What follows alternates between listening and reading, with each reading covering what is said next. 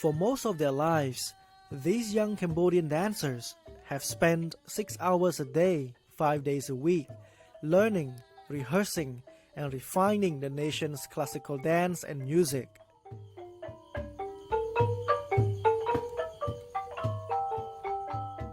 Born and trained near Cambodia's iconic 12th century temple of Angkor Wat, these sacred dancers of Angkor pray and meditate every day. The sacred dancers of Angkor are children born in the land of Angkor.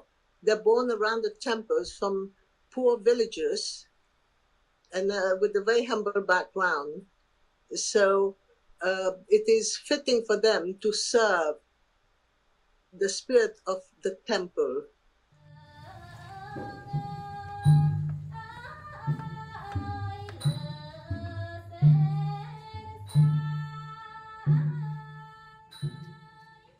Ravin Karet Coxon created the Prahriam Bopatevi Dance School in 2007.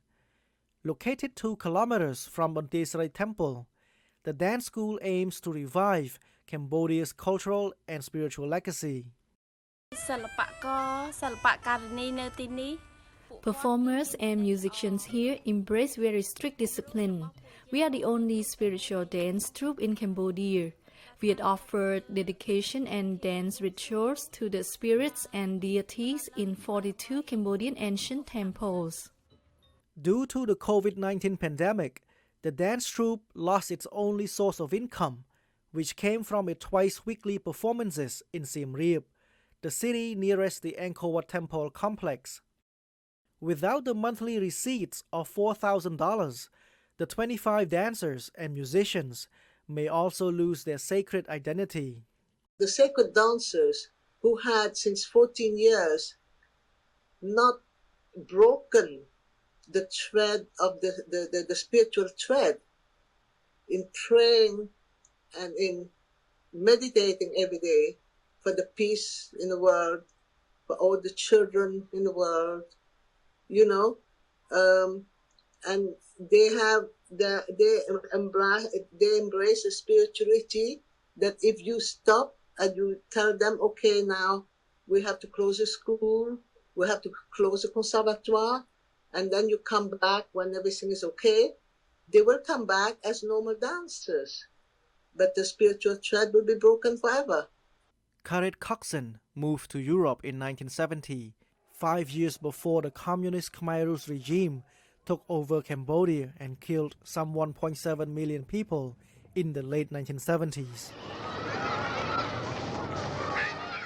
Among those murdered were most of the country's artists, musicians, dancers, and educated Cambodians.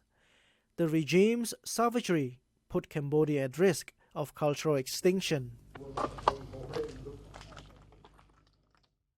Karet Coxon first returned to Cambodia in 1992 and 2 years later founded the British charity, the Ngin Karet Foundation for Cambodia. The organization helps over 2,800 village families who live within the Angkor complex, among them the sacred dancers of Angkor. During the pandemic, she and her husband have been supporting the troupe with their own money while trying to raise funds for the dancers. You have to also remember that Angkor Wat is listed as UNESCO treasure. But the classical dance is also listed as UNESCO treasure. So what we're doing, we're linking the 2 UNESCO treasure in the heart of our cultural heritage. This is very powerful. If I could find 4,000 persons who would give $1 a month till the tourism resume, we'll be okay. Chetra Chap for VOA News, Washington.